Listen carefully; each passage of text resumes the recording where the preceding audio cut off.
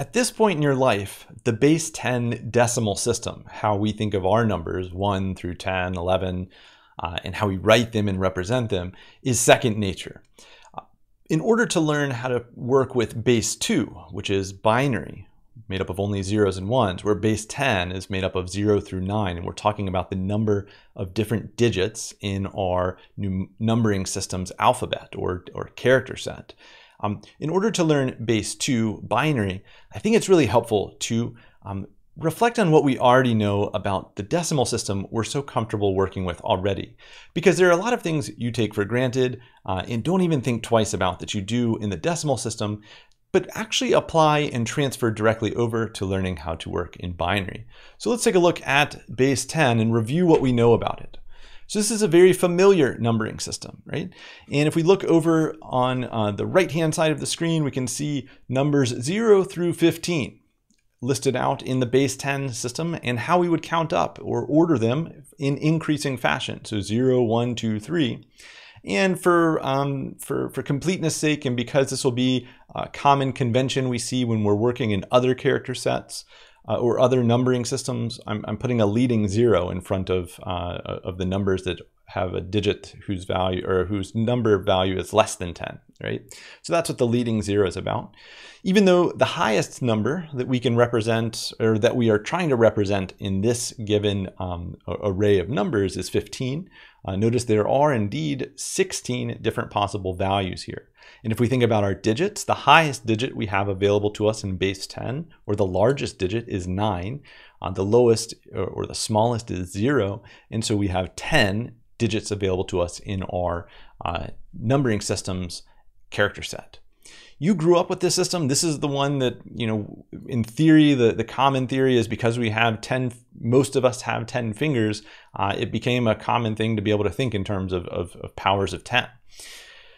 Our digit set, as I mentioned, is 0 through 9, and so there are 10 digits in total.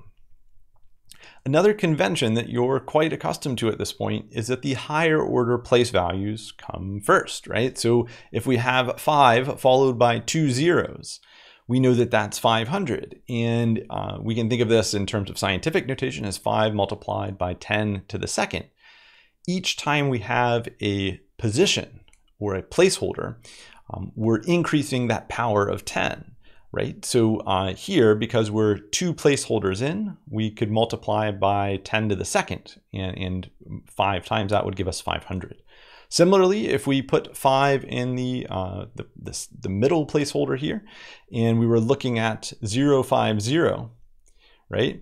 We can think of this example as 50, or 5 multiplied by 10 to the first. And so each placeholder corresponds to 10 raised to the power of that positional place. And we're going to see this is a common throughout any numbering system we're going to use and look at in binary as well.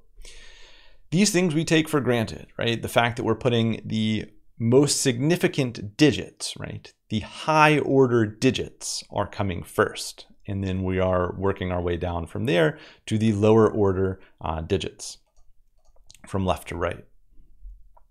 When we're counting up, and we're counting up by 1, we're not going to look into more complex addition here, but when we're counting up by 1, you know that you take, if you run out of digits, right? 9 is your largest digit, and you try and add 1 to 9, what do?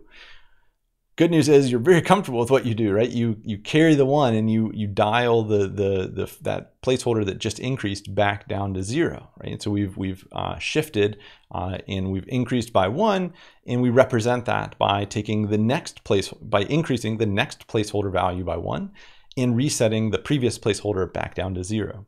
Of course, if we were adding larger numbers here, there are more involved rules in this, but if we're thinking just in terms of how do we get to the next number, this is a simple rule we can imagine, and we'll see a very similar rule applies in binary and hexadecimal as well.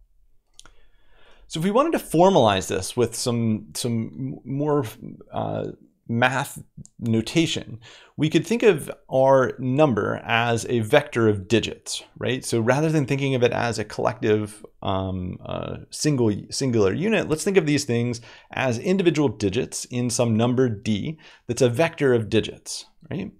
And maybe what we'll do is, and we'll see that there's a formula for being able to compute the number decimal from the symbols, the number that's being represented here, or the quantity or the sum can be represented through the summation if we just look individually at our digits, right? And this is going to feel very tedious and somewhat obvious, hopefully, given what you know about the decimal system.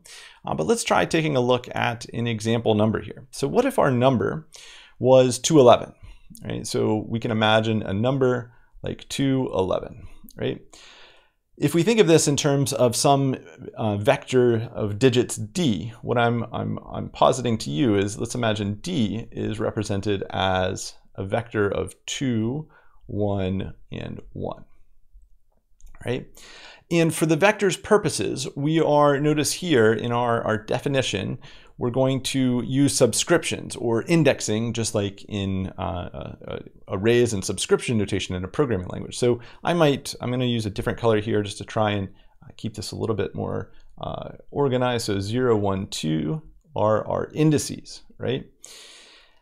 And we're assigning a width to this, which we can think of the width of this number as the number of digits it has. So d's width is 3. Right, so let's imagine a width of 3. Okay, so we've got a width of 3 and our 3 digits are 2, 1, 1. Well, let's take a look at this summation and try and imagine starting to plug in and plug and chug our way through computing what do the 3 digits 211, what is their actual numerical value. Right? And so let's start by saying, okay, 3 minus 1 is the top of our summation, and the indexing integer will begin with 0, and we're going to say d of I 10 to the ith, right? And so we're already seeing, because we're working in base 10, 10 raised to the power of I is going to be a part of this computation. So let's keep simplifying. So 3 minus 1, we would think of as just 2, right? So again, this is very similarly related to the idea of arrays, where we don't want to go off the edge of an array. Here, the highest index, because we're indexing from 0, is going to be 2. So we're going to sum from 0 to 2 of I.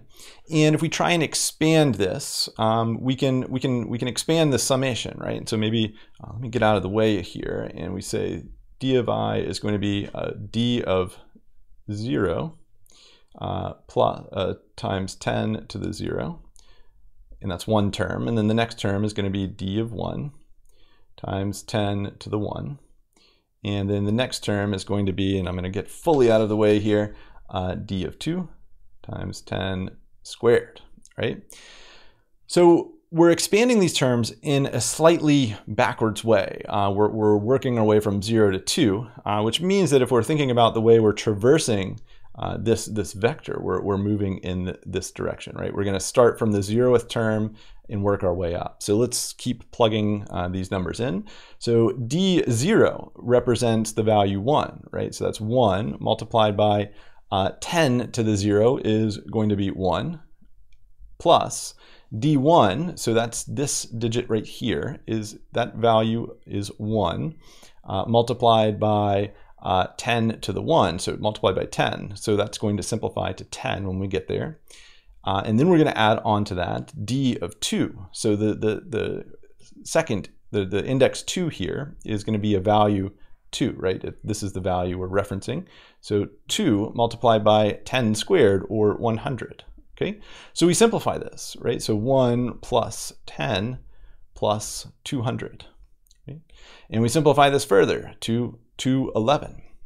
And hopefully you get the sense that this is what we're implicitly doing behind the scenes in our heads without really even thinking about it. But this is a formalization, right? We've actually got a summation here that this formula will get us from thinking about a sequence of digits down to the actual value that it represents through a summation. Right? For reference purposes, I've got this on the following slide as well. And you'll be able to refer to that same computation here. what we're going to see is when we start to think in terms of base 2 and base 16, which are binary and hexadecimal, we can formalize them in exactly the same way and apply what you already know about the decimal system. And I'm going to argue that if you understand the decimal system, you can apply that same knowledge and understand binary and hexadecimal as well, to see how we can compute the interpretations of unsigned, we'll see what that means in the next video, binary values using a very similar process. You know a lot about base 10 numbering systems and more than you think about numbering systems in general. So stay tuned and let's think about binary and hexadecimal next.